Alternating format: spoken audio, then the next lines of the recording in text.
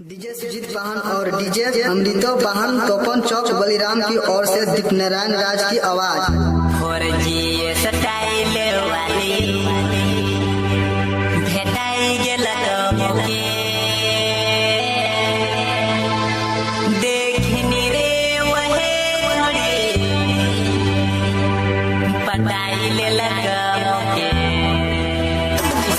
प्रस्तुत करते हैं डीजे आर्यन छिपा दो, डीजे सुदीप पान और डीजे अमृत पान की ओर से मिस्टर नारायण राज की आवाज।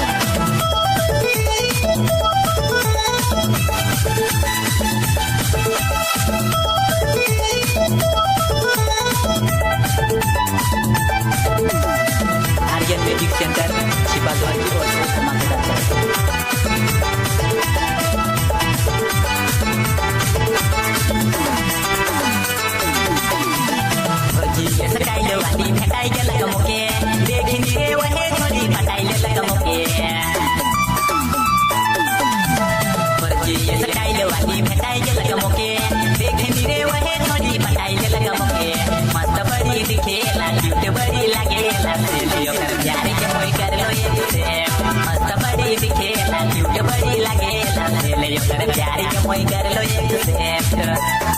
डीजे सुदीप पान और डीजे अमृत पान की ओर से मिस्टर नारायण राज की आवाज।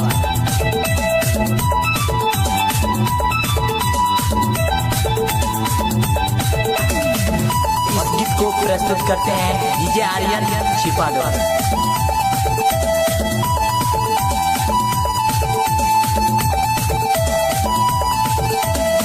आर्यन म्यूजिक सेंटर छिपा दो की ओर से धमाकेदार।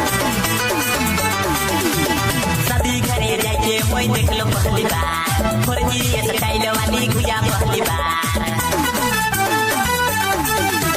शादी घरे जाके मोई देख लो पहली बार, फौजी स्टाइल वाली गुया पहली बार।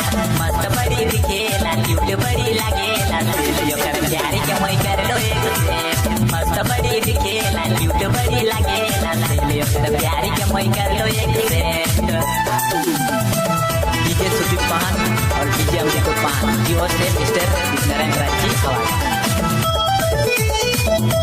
इस गीत को प्रस्तुत करते हैं डीजे आर्यन छिपा दो।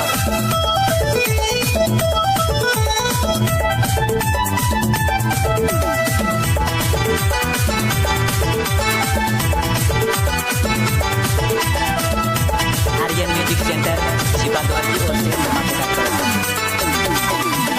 तो फोन कर थोड़ी मने दिखे जबरदस्त, जींस शर्ट पहने दादा बड़ी जीप का। तो फोन कर थोड़ी मने दिखे जबरदस्त, जींस शर्ट पहने दादा बड़ी जीप का।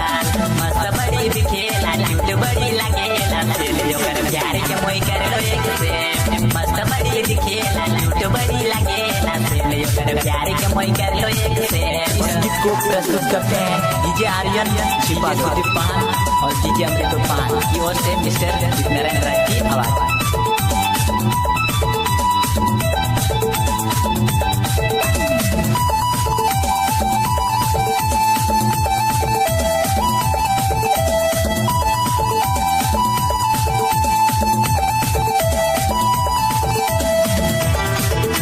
इस गीत को प्रस्तुत करते हैं डीजे आर्यन छिपा दो। देखते ही मन मोर बेहोश होई गेल, सुदीप पान के ये तो दिल लड़ी गेल। देखते ही मन मोर बेहोश होई